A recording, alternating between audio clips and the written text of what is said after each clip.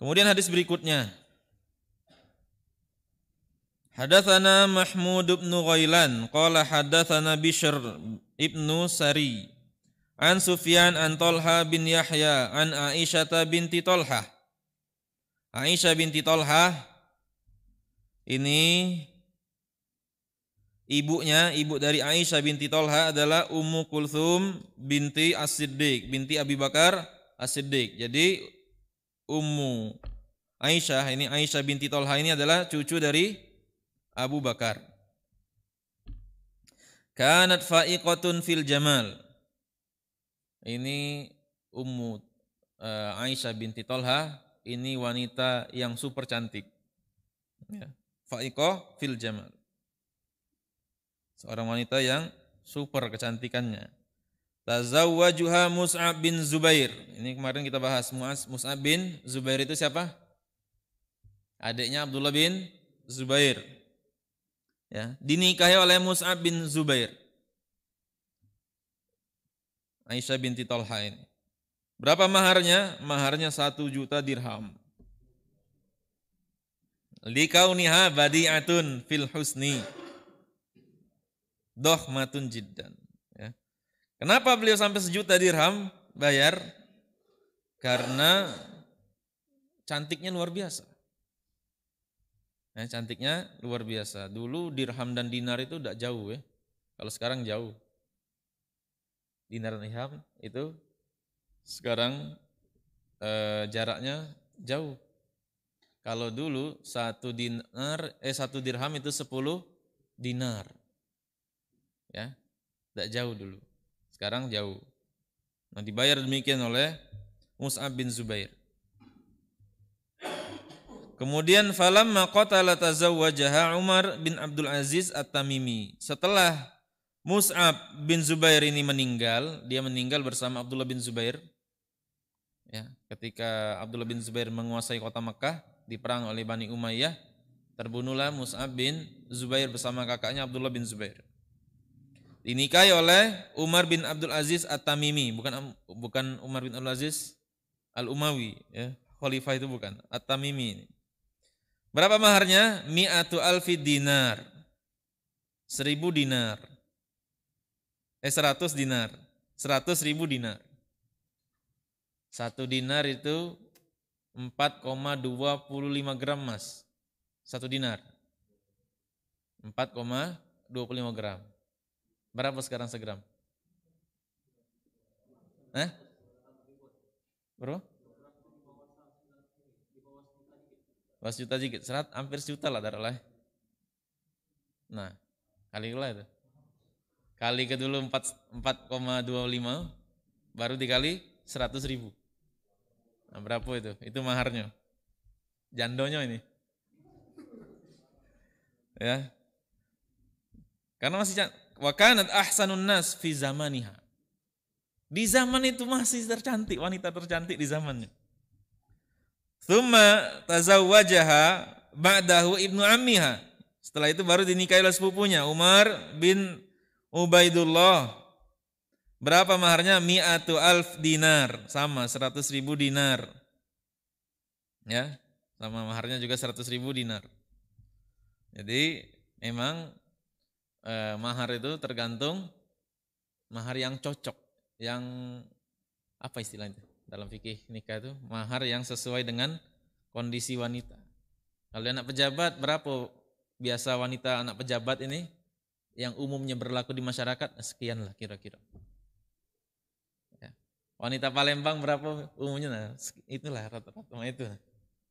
Nah ini kan ngomong cantiknya ini itu. Jadi antum hitung-hitung lah pokoknya. Kalau antum ngincer yang hebat ya itu. Ada perhitungannya juga. Ya. Ya. Mahar yang sesuai namanya. Mahar yang sepadan dengan wanita tersebut, kondisi wanita tersebut. Tidak bisa antum nasihati kemudian dia bapaknya. Antum datang, Pak, sebaik-baik wanita adalah yang ini, yang muda. Maharnya yang murah. Baliklah kok. Ya. Itu ada juga. Jadi ada pertimbangan juga dari sisi ini. Syariat juga membuat pertimbangan. Nah ini dipertimbangkan oleh para sahabat, oleh para tabi'in. dipertimbangkan hal-hal tersebut. Demikian juga kita ya, kita juga pertimbangkan kalau ya pengen anak pejabat, pengen anak orang kaya, ada pertimbangan.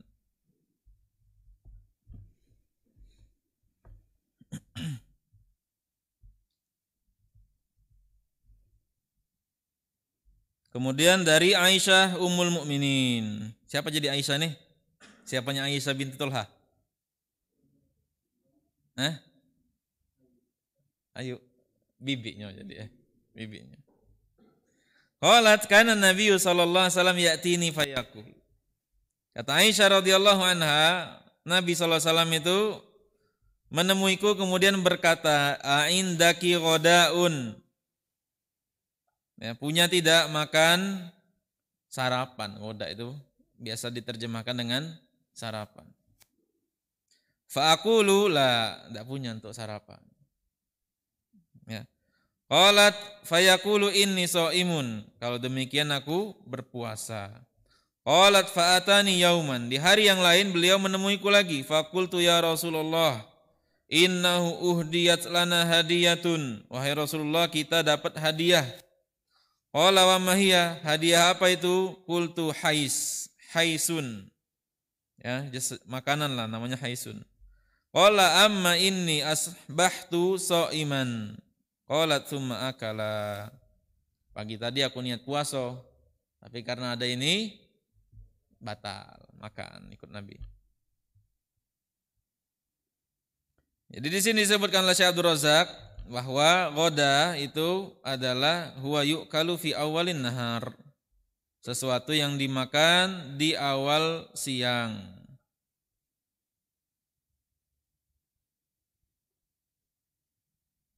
Atau dalam pengertian yang lain juga disebutkan wal muddu ta'amul ladzi yu'kalu mutlaqon. Ya pokoknya makanan secara umum disebut ghoda. Mau dia waktu siang, mau pagi itu disebut ghoda. Kemudian Nabi katakan punya makanan tidak? Ghoda tidak punya kata Aisyah ya. Fayaqulu inni shaimun. Kemudian Nabi katakan aku berpuasa. Di sini Syekh Abdul Razak mengatakan apabila seseorang belum makan dan belum minum kemudian dia berkeinginan di saat siang tersebut untuk melewati harinya dengan berpuasa, maka boleh dia berpuasa walaupun semalamnya tidak niat puasa. Beda dengan puasa wajib. Fa innahu yushtaratu fihi tabyitu an-niyah ya. Minal lail. Kalau puasa wajib semalamnya harus niat. Semalamnya harus niat. Ya, puasa wajib itu puasa Ramadan, puasa nazar, puasa qada.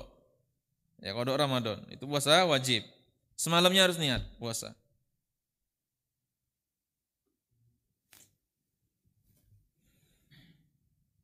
Berdasarkan hadis dari Aisyah radhiyallahu anha, Nabi sallallahu alaihi wasallam bersabda, "Man lam yubayyiti siyama qabla tulu'il fajri fala siyama lahu." Siapa yang semalam tidak berniat sebelum terbit fajar, maka dia tidak teranggap puasa, tidak ada puasa baginya.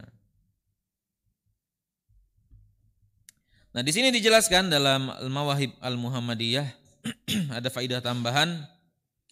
Yanwi shauma bihadhil ibarah. Ya. Nabi dalam riwayat lain disebutkan inni shaimun idzan. Kalau begitu aku puasa. Ya. Tentu ini jadi pembolehan seseorang berpuasa sunat di siang hari walaupun semalam tidak niat. Namun dalam mazhab Syafi'i ada pembatasan, lakin ila zawal, sampai batas zawal. Zawal itu apa? Matahari geser ke barat. Nah, itu zawal namanya. Kalau dari pagi sampai zawal niat puasa, belum makan belum minum, itu boleh. Tapi kalau belum makan sampai jam 1 siang, jam 1 siang juga belum nemu makan, puasa tidak boleh. Ya. Karena sudah lewat zawal.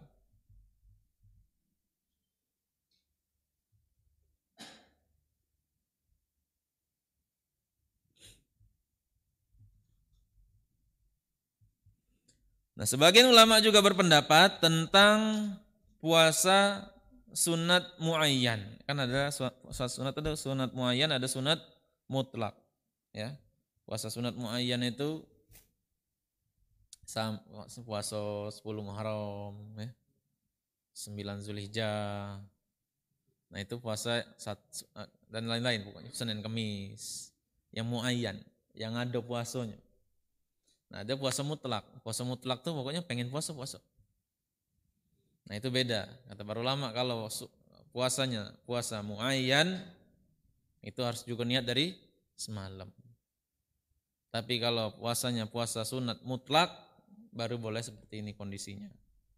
Itu diantara rincian yang diberikan oleh para ulama.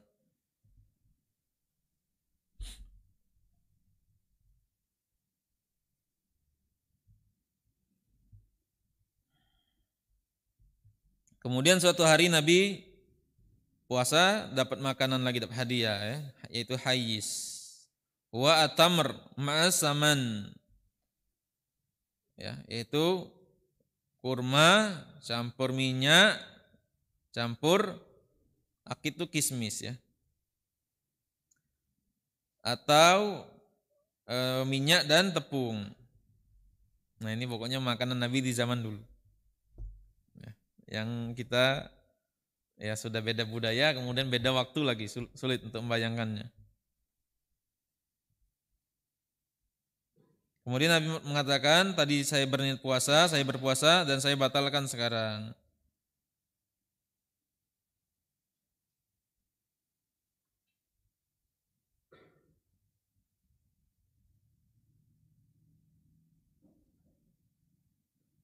Ini menunjukkan dalil anna sha'ima al-mutatawwi' lahu ay yuftira fi ayyi waqtin sya'a min naharihi. Ini menunjukkan bagi orang yang sedang berpuasa sunat, dia bebas, ya, mau membatalkan puasa di waktu kapanpun di siang hari tersebut yang dia inginkan, ya, sekehendak dirinya.